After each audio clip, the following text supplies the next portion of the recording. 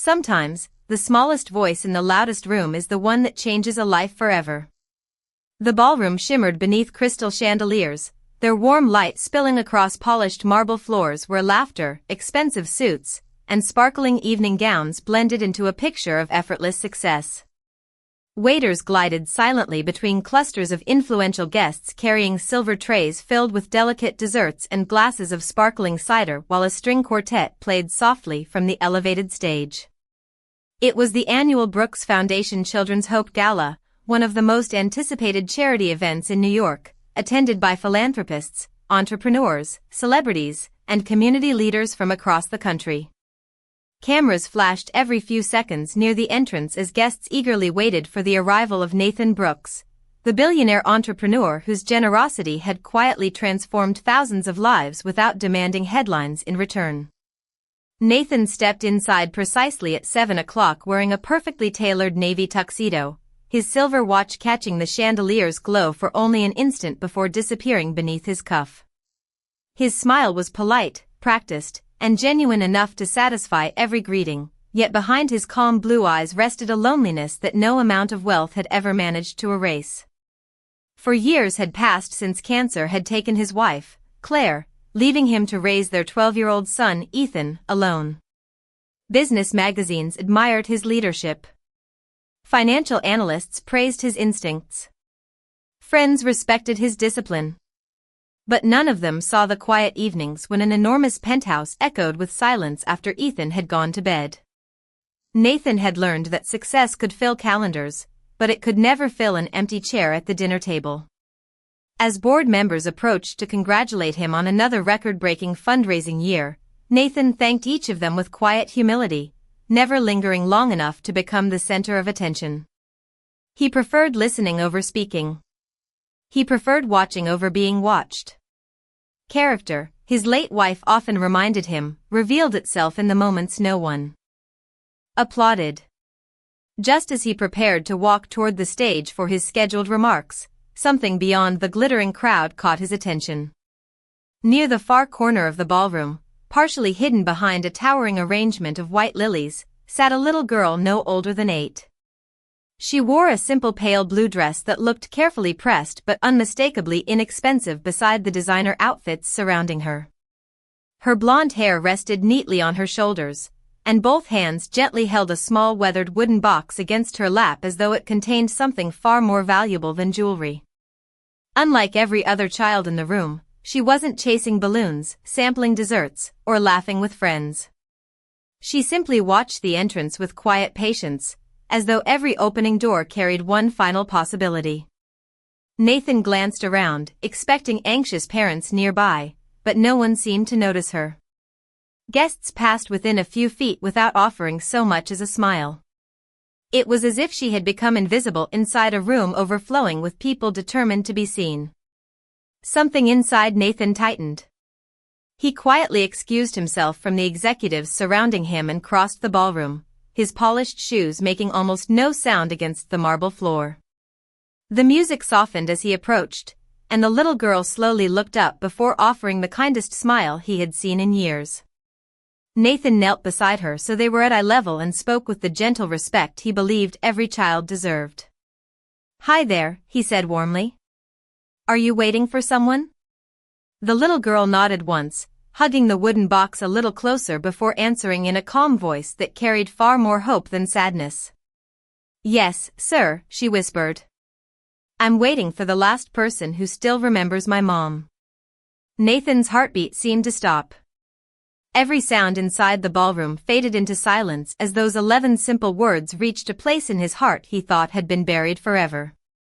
The little girl lowered her eyes after speaking, almost as though she had already grown accustomed to adults walking away from uncomfortable truths. Nathan remained kneeling beside her, unable to answer immediately.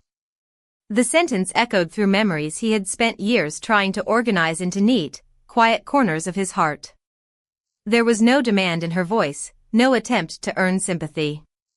She had simply spoken with the calm certainty of someone who still believed promises mattered. Nathan offered a gentle smile. "What is your name?" he asked softly. "Emily Carter," she replied, carefully brushing a finger across the lid of the old wooden box. My mom always said I should introduce myself politely. Nathan nodded. That sounds like something a good mother would teach. Emily smiled again, but this time her smile faded almost as quickly as it appeared. Around them, conversations continued about investments, charitable initiatives, and ambitious business ventures. Crystal glasses clinked together while photographers captured polished smiles beneath the glowing chandeliers. Yet somehow the busiest room in Manhattan suddenly felt very far away. Nathan noticed that Emily had not touched the beautifully arranged dinner resting on the small table beside her. Even the slice of chocolate cake remained untouched. "Are you hungry?" he asked. She looked at the plate before quietly shaking her head. "I wanted to wait first." "For the person you are expecting?" She nodded once more. "Because if he remembers my mom, then maybe he will know what I should do next." Nathan felt a quiet ache settle inside his chest. Children were supposed to ask for balloons, desserts, or another dance. They were not supposed to carry questions that sounded far too heavy for 8 years of life. He glanced toward the ballroom entrance again, still searching for a parent, a guardian, or anyone who seemed connected to her. No one came. One of the event coordinators hurried past carrying a clipboard. Nathan stood and gently stopped her. "Excuse me. Do you know who brought this young lady tonight?" The coordinator frowned apologetically before checking her guest list. "I assumed she arrived with one of our donors, Mr. Brooks. She has been sitting here almost an hour. She has caused no trouble at all." Nathan thanked her quietly. His concern only deepened. He returned to Emily, who continued, holding the weathered wooden box with remarkable care, almost as though it contained fragile memories instead of ordinary belongings. "Would it be all right if I sat with you for a little while?" Nathan asked.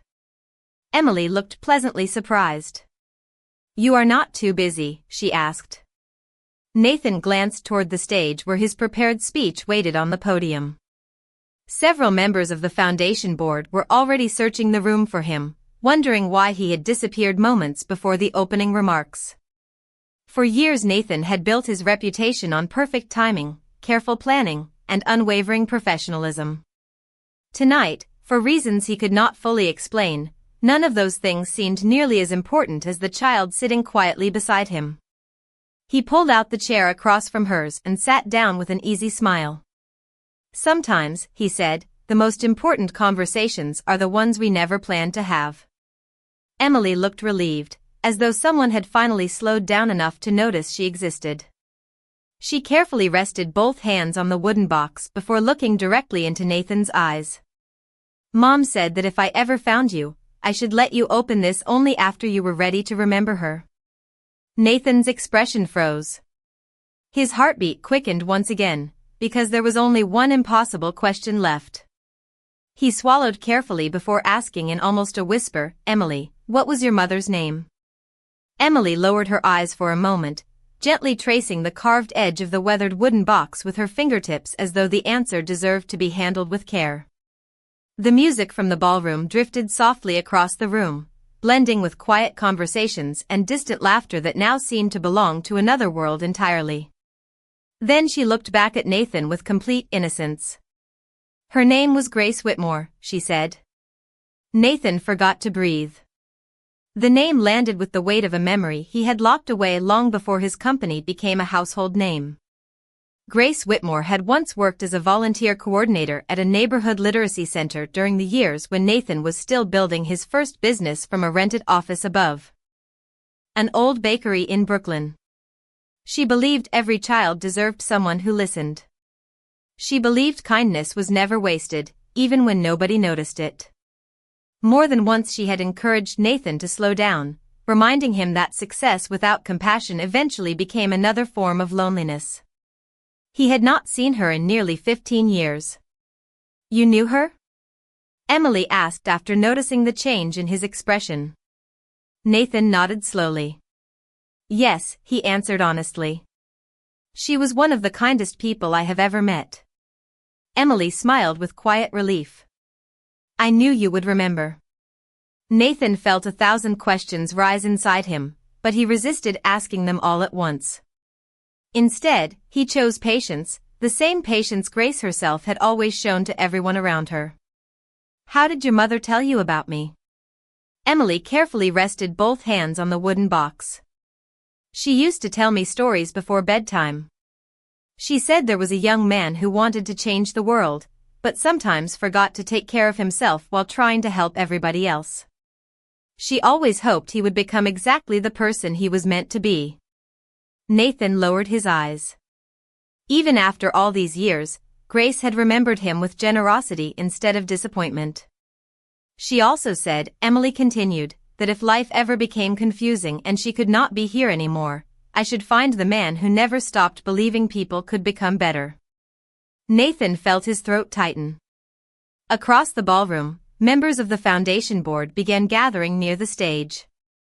One of them glanced toward Nathan, raising a hand to signal that the opening remarks were overdue. Nathan acknowledged them with a polite nod but remained seated. For the first time in many years, the carefully planned schedule of an important evening seemed insignificant compared to the conversation unfolding before him. Emily gently pushed the wooden box across the table. Mom said I should not open it alone, she whispered. Nathan hesitated before resting his hand on the lid. The wood was worn smooth from years of careful handling. Tiny scratches crossed its surface, and a faded brass clasp held it closed. It was not valuable because of the material. It was valuable because someone had protected it for a very long time. Did your mother ever tell you what is inside? Nathan asked. Emily shook her head. She said the person who opened it would already know why it mattered. Nathan looked at the little girl sitting across from him. She had waited quietly in a room full of strangers without asking anyone for attention. She had trusted a promise made years earlier by a mother who believed goodness could survive time. That kind of faith humbled him more than any business award ever had. Slowly, he released the brass clasp but stopped before lifting the lid completely. Something inside told him that once the box was opened, the evening would never be ordinary again. Just then, a familiar elderly voice spoke softly behind him. I wondered how long it would take before the two of you finally met. Nathan turned toward the voice, and the color slowly drained from his face as he recognized the only person besides Grace who could possibly know why that small wooden box had been waiting for him all these years. An elderly gentleman stepped into the soft glow of the ballroom lights with measured confidence, his silver hair neatly combed and his charcoal suit carrying the quiet elegance of another generation. Nathan rose immediately. Mr. Harold Bennett, he said in disbelief. The older man smiled warmly. It has been a long time, Nathan. Harold had founded the neighborhood literacy center where Grace had volunteered years ago. Long before Nathan became one of the country's most respected entrepreneurs, Harold had been one of the first people to believe in him, offering encouragement when success still seemed impossibly distant. Harold looked down at Emily with gentle affection. You have been very patient, he said. Emily nodded. Mom told me patience makes people hear things they would otherwise miss. Harold chuckled softly. That certainly sounds like Grace. Nathan looked from Harold to Emily, then back to the unopened wooden box resting on the table between them. You knew she was coming here tonight, Nathan said quietly. Harold nodded. Grace asked me to arrange this meeting if the time ever came. She trusted that when Emily was old enough, she would find the courage to keep her promise. Nathan struggled to understand. But why me? Harold folded his hands before answering. Because Grace believed there was one lesson you never truly learned until now. She admired your determination, Nathan, but she often worried that you measured your life by what you could build instead of by who you could become. Nathan lowered his eyes. Those words sounded exactly like Grace. Even after all these years, she was somehow still guiding him toward something greater than achievement. Around them, the gala continued with polished speeches, quiet applause, and elegant conversations. few guests noticed that the foundation's host had not yet taken the stage. Those who did assumed an unexpected business matter had delayed him. None of them realized that the most important moment of the evening was unfolding quietly in the corner of the ballroom. Harold gently placed one hand on the wooden box. "Go ahead," he said. "It is time." Nathan slowly lifted the lid. Inside, there were no expensive heirlooms, no legal documents, and no hidden fortune. Instead, neatly tied with a pale blue ribbon, rested a stack of handwritten letters. On top lay a single envelope with Nathan's name written in graceful handwriting he recognized instantly.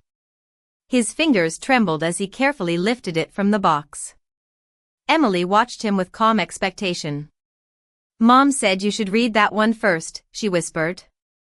Nathan carefully unfolded the letter. Before reading a single word, he paused. The familiar handwriting alone was enough to pull him backward through years of forgotten memories. He could almost hear Grace laughing as children gathered around her at the literacy center, could almost smell fresh coffee drifting through the old brick building on rainy afternoons, could almost remember the simple conversations that had shaped him long before boardrooms and billion-dollar decisions filled his calendar. He finally began to read silently. The first sentence made his eyes widen.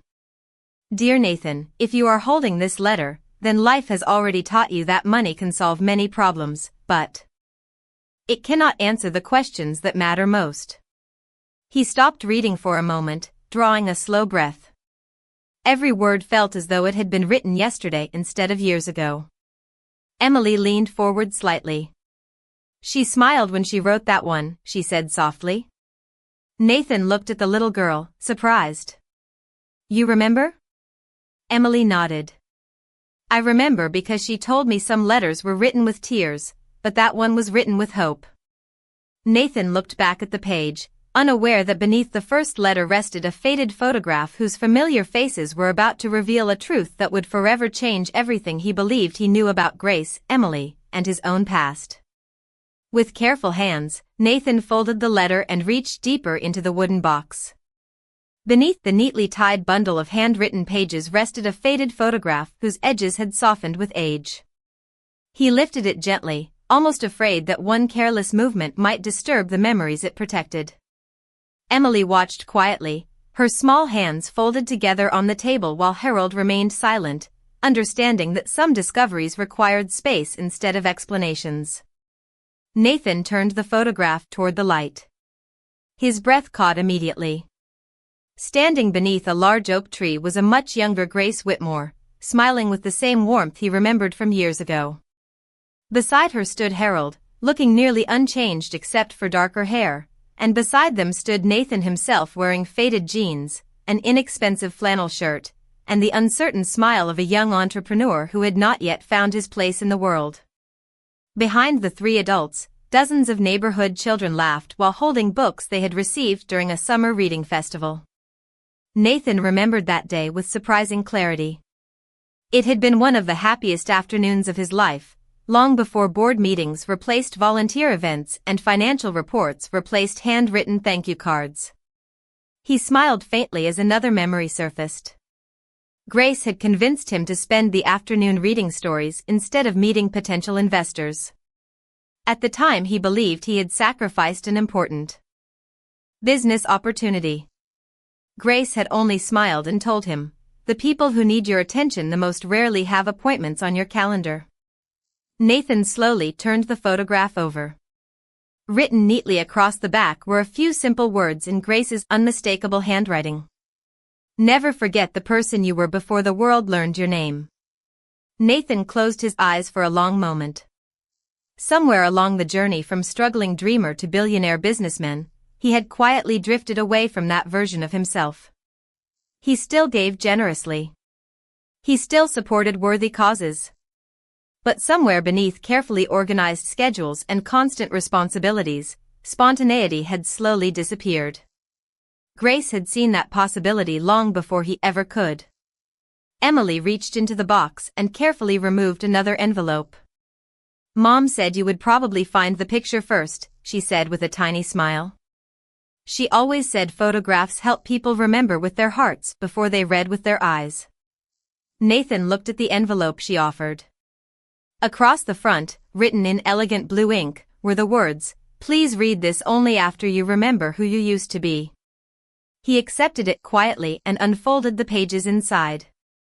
The letter was longer than the first, but one paragraph immediately drew his attention. "Nathan, if life has been kind to you, then I hope you have discovered that generosity is not measured by the size of a gift but by the willingness to truly see another person. The world will eventually know your achievements. My prayer is that the people closest to you will always know your heart." Nathan swallowed slowly. Every sentence seemed to answer questions he had never spoken aloud. Emily looked toward the ballroom entrance again before asking softly, "Do you think she knew this day would happen?" Harold smiled gently before Nathan could answer. "Grace never claimed to predict the future," he said. "She simply believed that goodness has a remarkable way of finding its way back home when people refuse to stop believing in it." Nathan looked once more into the wooden box. Several unopened letters still remained, carefully arranged beneath a small velvet pouch that he had not noticed before. As he lifted the pouch into his hand, he felt something solid resting inside. It was small, surprisingly light, and accompanied by a folded note bearing only 7 handwritten words that made his heart begin racing once again. "This belongs to the child beside you now." For several long seconds, Nathan simply stared at the small velvet pouch resting in his palm. It felt impossibly light, yet somehow heavier than every business contract he had ever signed. Emily watched him with patient curiosity, never attempting to hurry the moment. Harold quietly stepped back, allowing silence to do what words never could. Nathan carefully untied the thin ribbon around the pouch and gently turned it over into his hand. A delicate silver key slipped into his palm, no longer than 2 inches, attached to a faded blue ribbon that had clearly been replaced several times over the years. Alongside it rested a tiny folded note written in Grace's familiar handwriting. Nathan unfolded it with extraordinary care. The message was brief. "Emily has carried this since she was old enough to hold it. The key does not unlock a door. It unlocks a promise." Nathan looked at the little girl. "Do you know what this key is for?" Emily smiled softly before shaking her head. "Mom only told me it belonged with the person who still remembered why kindness mattered." Nathan lowered his eyes to the key once again. He searched his memory, turning over years of forgotten conversations until something quietly surfaced. 15 years earlier, during one rainy afternoon at the Literacy Center, Grace had shown him a small wooden cabinet standing beside the children's reading corner.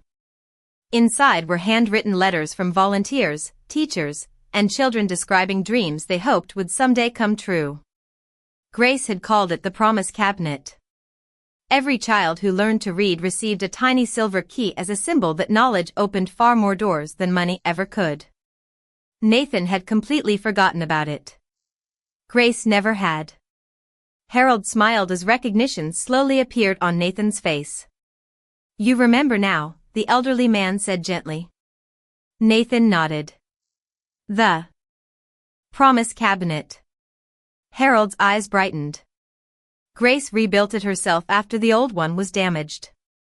Before she became ill, she asked me to keep it safe until Emily was old enough to understand why it mattered." Nathan turned toward Emily.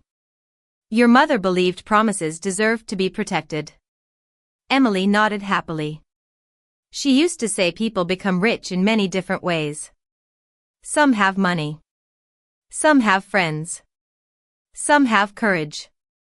But the richest people keep their promises." Nathan felt another quiet wave of emotion settle over him. Those simple words carried more wisdom than countless leadership seminars he had attended over the years. Across the ballroom, applause erupted as another speaker concluded remarks Nathan himself had been scheduled to deliver.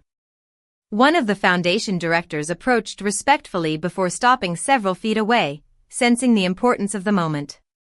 "Mr. Brooks," she said quietly, "everyone is asking if you would still like to address the guests tonight." Nathan glanced toward the brightly lit stage where hundreds of distinguished guests waited for the evening's keynote speech.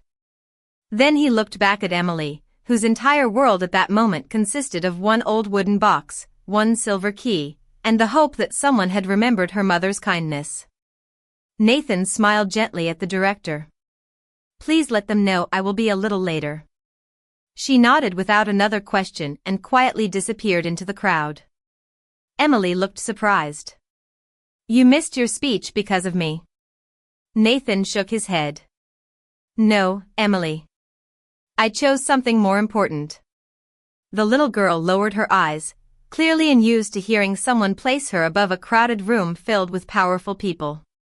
Nathan carefully returned the silver key to its velvet pouch before reaching deeper into the wooden box once more.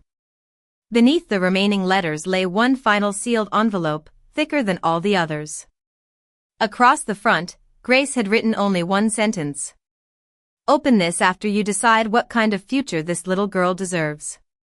Nathan rested his hand on the envelope without breaking the seal, because for the first time in many years, he realized that the next decision he made would not shape a company, a foundation, or a fortune.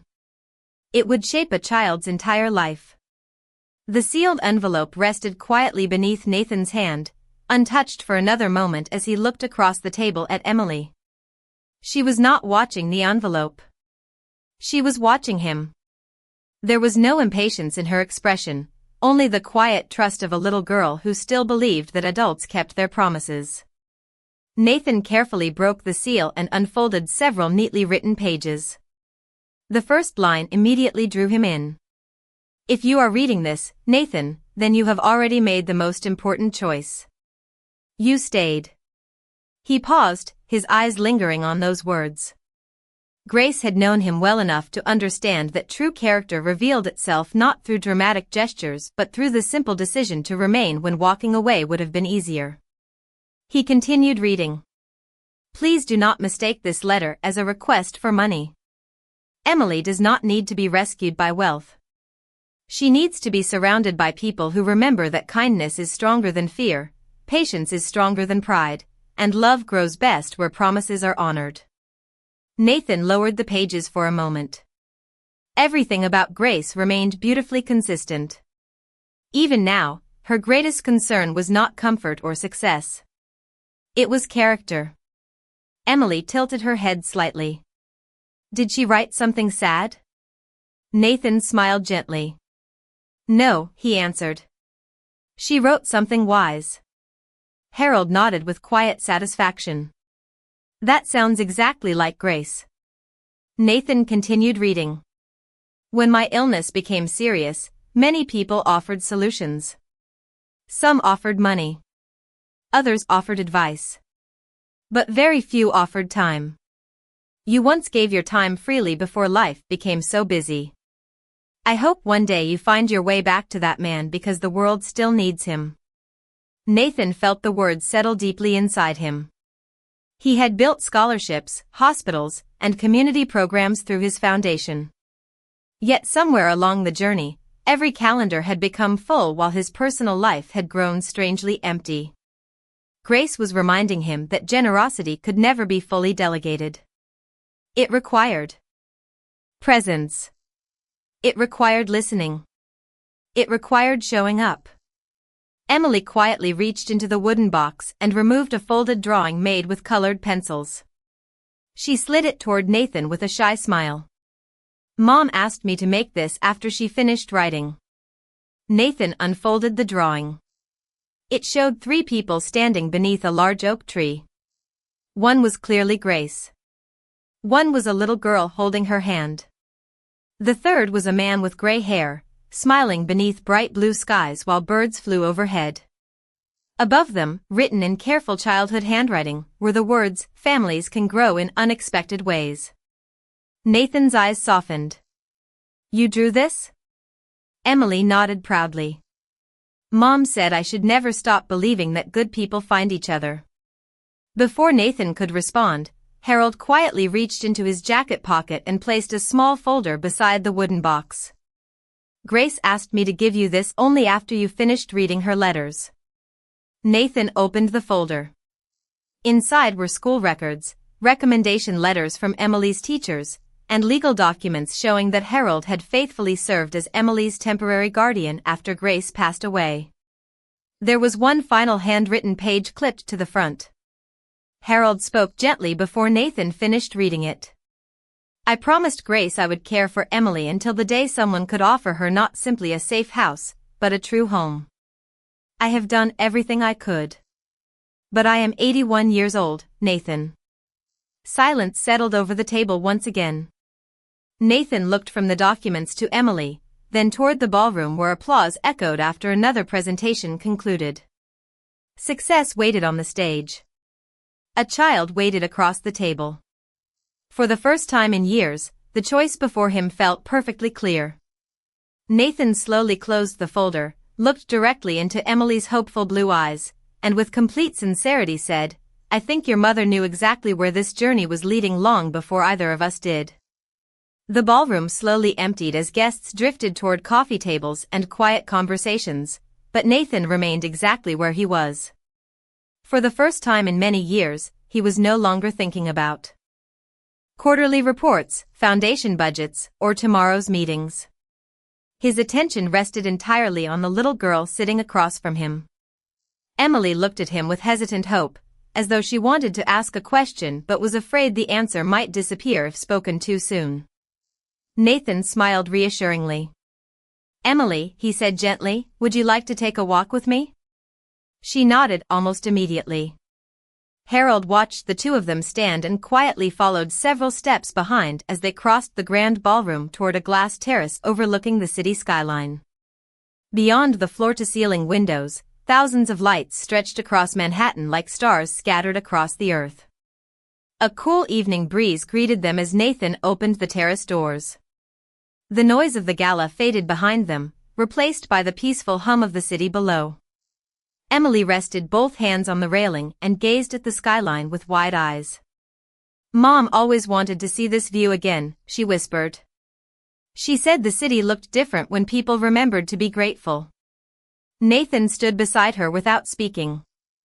Grace had always found extraordinary meaning in ordinary moments. He finally understood why every letter had led him here instead of toward another business opportunity. After a quiet minute, he asked softly, Emily, where have you been living? With Mr. Harold, she answered. He makes really good pancakes every Saturday.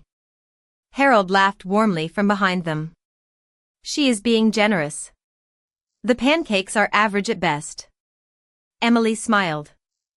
I like them because we eat together. Nathan noticed how naturally she measured life. She did not describe expensive toys, impressive vacations, or beautiful houses. She remembered breakfasts shared around a table. She remembered conversations. She remembered people. That realization touched him more deeply than he expected.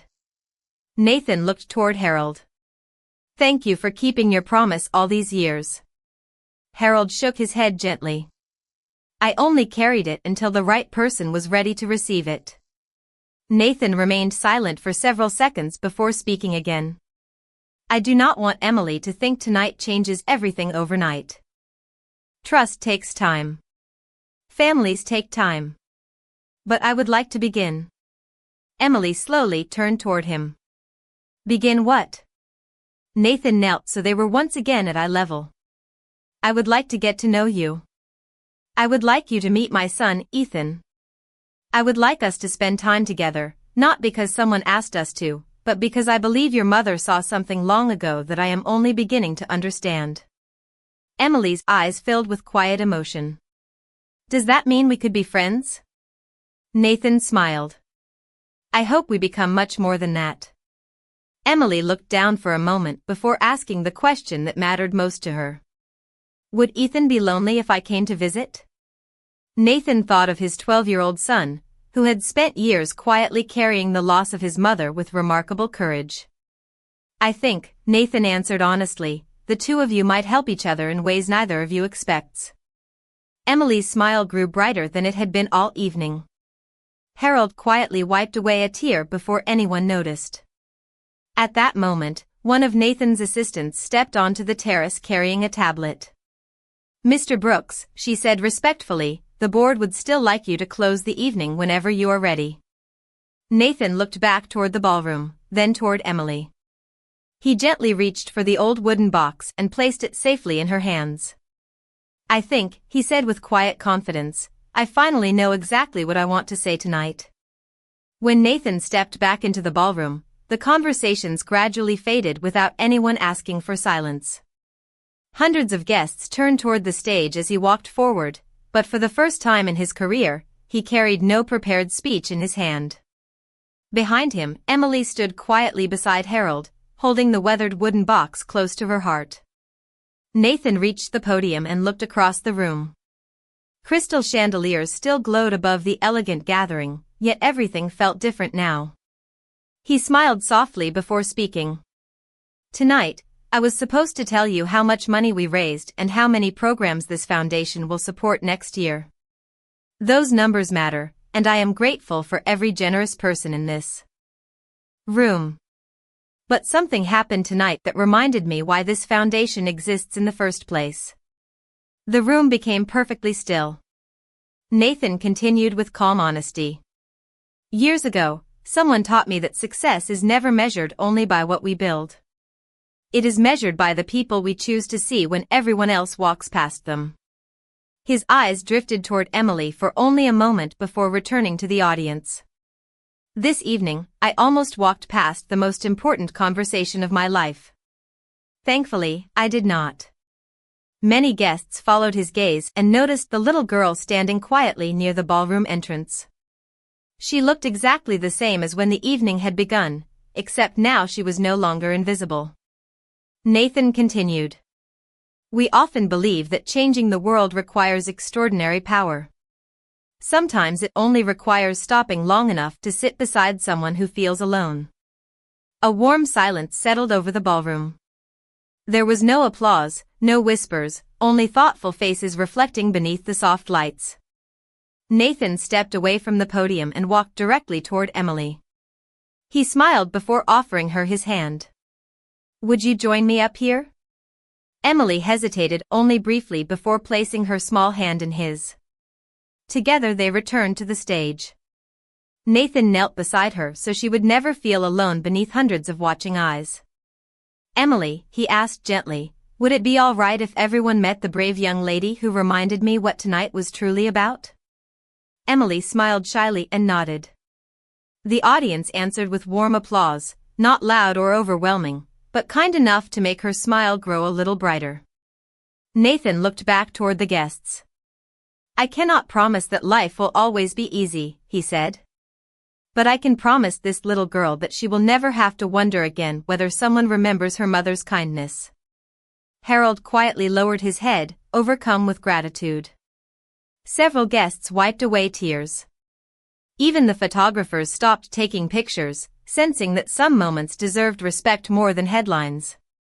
3 months passed quietly after that unforgettable evening. Emily visited Nathan and Ethan every weekend at first. Weekend visits slowly became shared dinners. Shared dinners became family traditions. Ethan, who had spent years carrying his own quiet grief, discovered that Emily laughed at his jokes even when they were not very funny, and Emily discovered that Ethan always saved the last chocolate chip cookie for someone else before taking one himself. Their friendship grew naturally, built on kindness instead of expectation.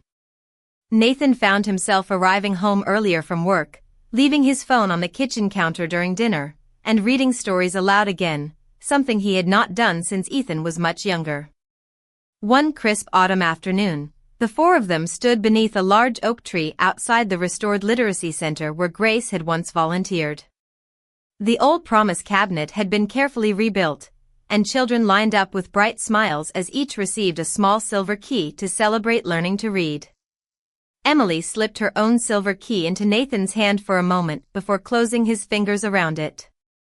Mom was right, she whispered. Good people really do find each other. Nathan looked at the children laughing beneath the golden leaves, then at Ethan and Emily standing side by side, and finally toward the quiet sky above. He tried to answer, but no words came. For perhaps the first time in his remarkable life, the billionaire who had built companies, delivered countless speeches, and negotiated impossible deals discovered that the greatest moments needed no speech at all. They only needed gratitude, quiet dignity, and the courage to keep one simple promise: never walk past a lonely heart when you have the chance to stop.